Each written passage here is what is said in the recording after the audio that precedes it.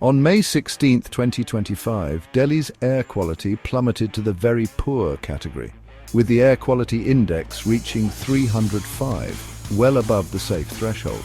Some hotspots like Wazirpur and Mundka registered AQI levels above 400, posing serious health hazards.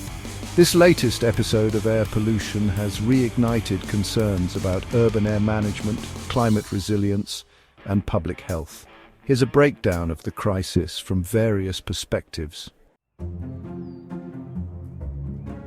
This spike in pollution is largely attributed to a massive dust storm that swept through northern India a day earlier. High wind speeds picked up dust and particulate matter from surrounding areas, particularly from Rajasthan and construction zones around Delhi NCR. The storm reduced visibility and pushed suspended particulate matter, PM10 and PM2.5, to hazardous levels. Additionally, high temperatures and stagnant atmospheric conditions have prevented these pollutants from dispersing, effectively creating a pollution trap over the city. Experts from the Indian Meteorological Department note that unless there are strong winds or rain in the coming days, the air quality may deteriorate further. Air pollution in the very poor range is dangerous, especially for vulnerable populations. Prolonged exposure can lead to respiratory issues, asthma attacks, cardiovascular stress, and even neurological damage in children.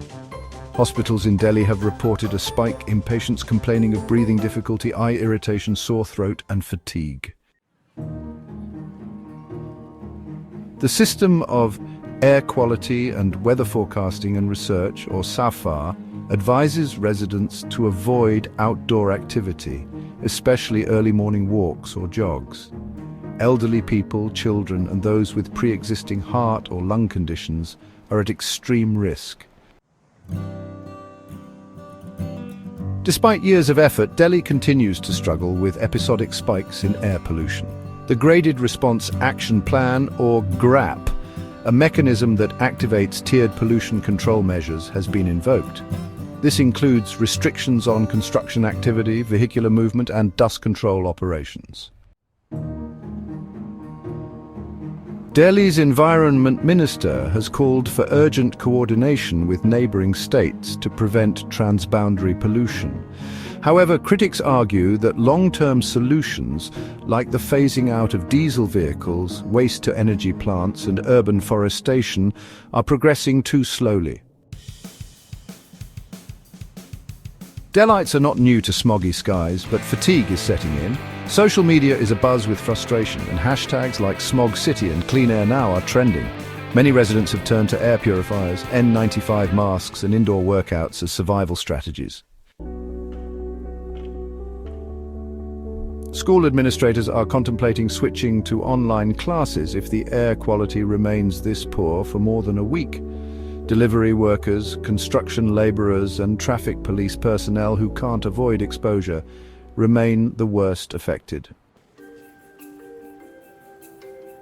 Delhi's urban sprawl, unregulated construction, and high vehicular density make it uniquely vulnerable. Although the city has introduced initiatives like odd-even vehicle rationing and metro rail expansion, infrastructural gaps remain. The lack of green buffers, inefficient public transport networks, and delayed adoption of electric vehicles continue to negate pollution control efforts.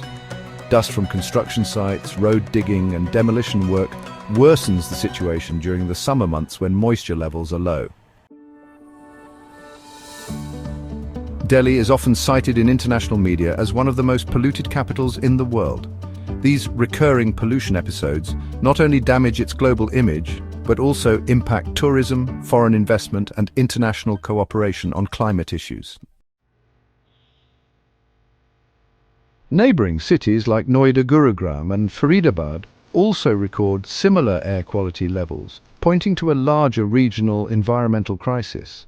Experts from the United Nations Environment Programme and the World Health Organization have repeatedly urged coordinated regional planning and stricter enforcement of environmental laws.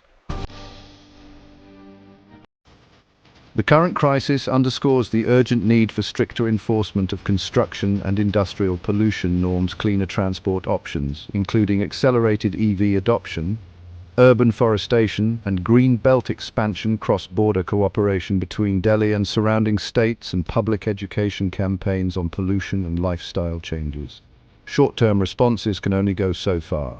Without long-term structural reforms, Delhi risks repeating this air quality nightmare year after year.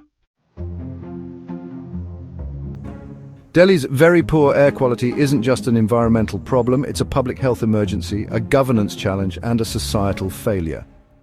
Tackling it requires not just short-term firefighting, but a shift in urban priorities, citizen behavior, and policy execution. The air we breathe defines the quality of life we live. And in Delhi today, that air is screaming for change.